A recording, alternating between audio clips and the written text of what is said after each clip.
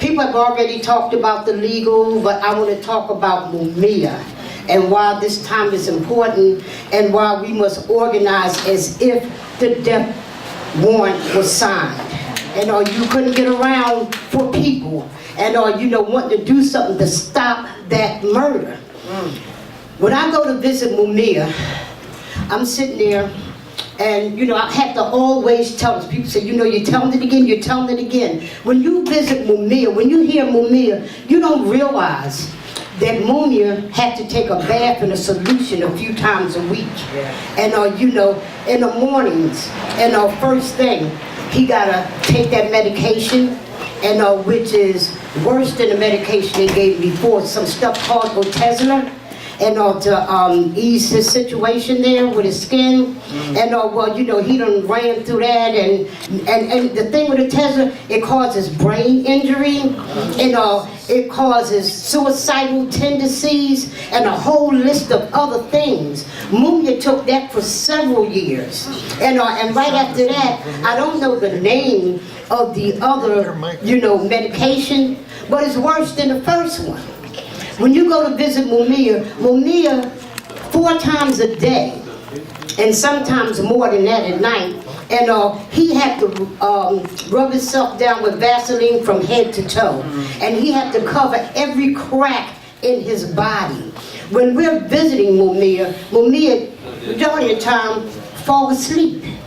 And why? Because he hasn't slept all night because of the itch. Mumia has been itching for over 5 years now. When we first, 6 years.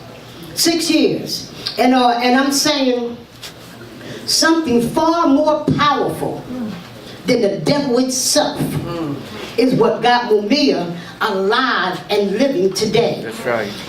To itch constantly, 7 days a week, to wind up in a situation where your body looks like, chicken skin, where the ear is falling off, and we're all praying for Mumia's life. We don't know whether he's going to live or die. His blood pressure is so high, and then, there was the hepatitis C. When we first started this thing for Mumia with the hepatitis C, only the tip of his liver was calcified. But a 2-year battle, a battle again that people said would never be won. And I'm talking about this movement and the power of this movement. I want to say it again, and I want to emphasize the power of this movement. Yeah. Because if it was left up to them, Mumia was in dead a long time ago. When they couldn't kill him on death row, when they couldn't murder him in the streets, when they couldn't murder him in the hospital, on death row, people were saying, you'll never get him out. You'll never get him out, but we did. We brought him from death row to slow death row, where they definitely before everybody's eyes, even the judge in Scranton talked about the attempted murder of Mumia and the conspiracy he talked about. And he didn't just talk, it was on record, okay? And when we get him to the point that he's out, Mumia said when they came to tell him that he got the medicine for hepatitis C, they then told him, oh, you got cirrhosis of the liver. That fucked Mumia up. And cirrhosis of the liver. And and then most people thought that when he got the medication, well, he's okay. The lack of them giving, we talking about a clear-cut, open conspiracy to commit murder. Where all the players is not somebody we don't know. And they were all put out from the prison part, right before everybody. It's documented what they did. Mumia should have been released then. And then, with the cirrhosis, and he had all these horrible effects. He had the opportunity to get out of jail now. Right. And we gotta stop playing these word games with these motherfuckers, acting as if we don't have evidence, as if it's not there before you. What other case you have the judge in Scranton exposed the conspiracy and gave him a slap on the wrist? He should have locked the motherfuckers up. That's right. Excuse me, but I'm not one of those calm speakers. And he should have locked them up. Then a conspiracy to commit murder. Then right after that, we go into this whole thing right now, where we're at now. The hiding of evidence isn't nothing new. And they've been doing it all the time. In the very beginning, the bullet. They lost the parts of the bullet. The case should have been over then. And here we go all the way up right now. The judge gave an appeal because evidence was missing. Here we come up with 6 boxes. 6 boxes. That's 4. 2 bigger than that. I mean, 2 more than that we know of. What we do know is that there's a whole lot of other boxes that's missing. Right. Judicially, we ain't asking these people to do us no favor. It's around the world and people are speaking about the lawyers in Philadelphia is like Judge Tucker and the right-wing black Republican judge gave Mumia an appeal. Let me tell you how it feels in Philadelphia. Yeah. Except for us who, believe in freedom and knowing that you gotta fight for it. And there's not a fucking minister, excuse me, that came up to the front line. The NAACP haven't come to the front line. Every one of these groups and organizations that when somebody gets shot by a cop, beat up by a cop, want to run in the streets and holler, I'm fired up, I'm not taking no more. And they only do that to divert it away from the people who want to bring justice into it. Mumia, they know we don't play no games. When you come here, you got to come here right talking about doing the work. That's right. Nobody's standing up. And the only reason why I'm talking about the NAACP because they passed a resolution stating that Mumia, Abu-Jamal did not have a fair trial. That's right. That was when he was on death row. They passed 2 resolutions. The Black Congressional Caucus passed another resolution saying very clearly Mumia is innocent and gave the facts of then in 1999. Yes, they did. Not a one of them have rung my phone. That's right. Not a one. They haven't been at any meetings that we have. Thank you. And in fact, in Philadelphia right now, because Krasner is known as a liberal. A liberal. I don't know the word liberal, how it fit in with him and the situation with Mumia. And because it don't fit. And he is treating Mumia the exact same way that his predecessors have treated him.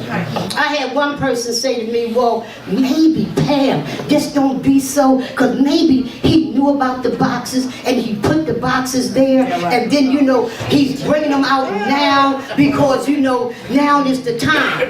I said, if that's true, I like to punch that motherfucker in the face. Truly, I like to whoop his ass because Mumia, when I see him, and I know right now, Mumia is itching, he's scratching, he's aching, he's paining, but he loves the people so much, he continues. He wants us to feel good. He don't want us to know. But I want you to know, they're killing Mumia. This man could put an end to it. And in fact, it ain't in his hands, it's in our hands. What are we going to do? And that's why we're here tonight. Because we want to revitalize. We want to pull those babies in here that are now grown men and women that can go to the front line and shake this motherfucker up. These people are in the conspiracy to commit murder. And they want us to sit there, weary with theory, trying to figure out, well, maybe he's this and maybe he's that. It is what the hell it is. That's right. And he could have avoided this whole thing by doing the right thing. And now that the appeal is in and he got to deal with it, the following day they find the boxes. Right. None of them has made a real move. The judge didn't know till a few days later. Right. Mumia just finding out, that this stuff is about the appeal. He heard something on the radio. So I'm saying it's work that got to be done all the way around here. Our job is to be on every radio station that there is. And white people should be on white radio stations, constantly kicking this information out. You know, black people should be on every black radio show that there is, and talking about it. And Brown, you know, the whole thing, we need to be in our churches, in our communities, on our subways, and letting them know what is going on now. Because every minute, every second, Mumia is closer to death. That's right. His body, he's not getting nothing for cirrhosis of the liver. He needs a good diet. Mumia need to be out here where he can be taken care of. The example is Lynn Stewart. They gave Lynn Stewart a certain amount of time to live, but she outlived it because of the love of the people. They didn't have the money to get what was necessary and to take care of her, but the people did. We got all that she needed. And this is what Mumia needs. They know the longer they keep them in there, the worse it gets. That's right. We gotta work like we've never worked before. Amen. We gotta turn over. People say, don't rock the boat, kick that mother sucker over.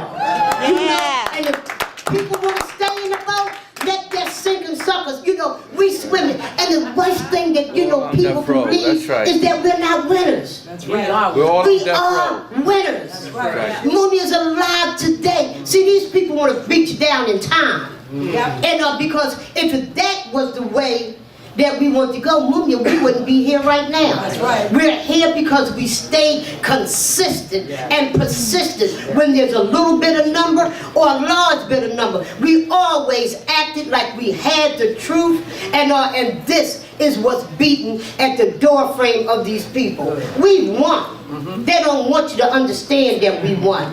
Every newspaper, whether it's a church newspaper, because this here, right here, those who believe in God, those who believe in the answers, those who believe that something is carrying this thing on other than them. You know, that's right. You know, they brought presidents in, they brought governors in, they even dug up old filthy stinking behind, what's that man, oh God, I can't even think of the filthy sucker's name. Which one? On radio. Howard Stern. And to talk his audience into it. But we're beating them down, we beat them down then, with all they called for.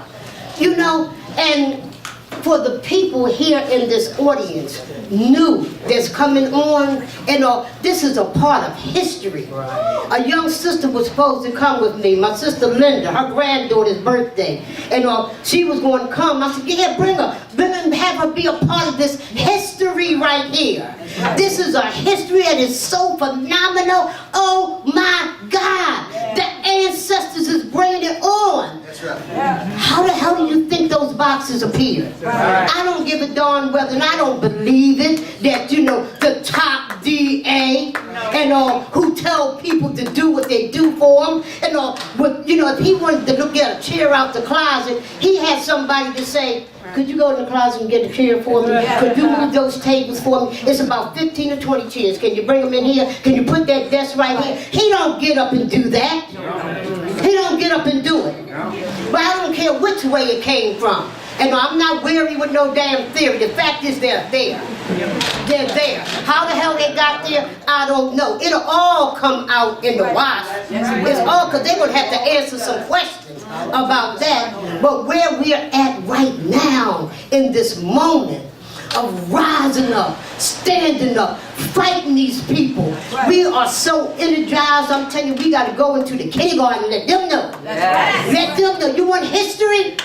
You want to find out what our people is about? You want to find out what your grandparents, because a lot of these great-grandparents, I'm a great-grandparent. I was a mother. I didn't have no anything to me, but a great-grandmother. Still in this front line, the history that I got to bring my kids into. And I can tell them about people in this room that we've been on this road together and how we're pulling more people in. And we did what these motherfuckers said we will never be able to do. And that's bring Mumia home. We're bringing it home.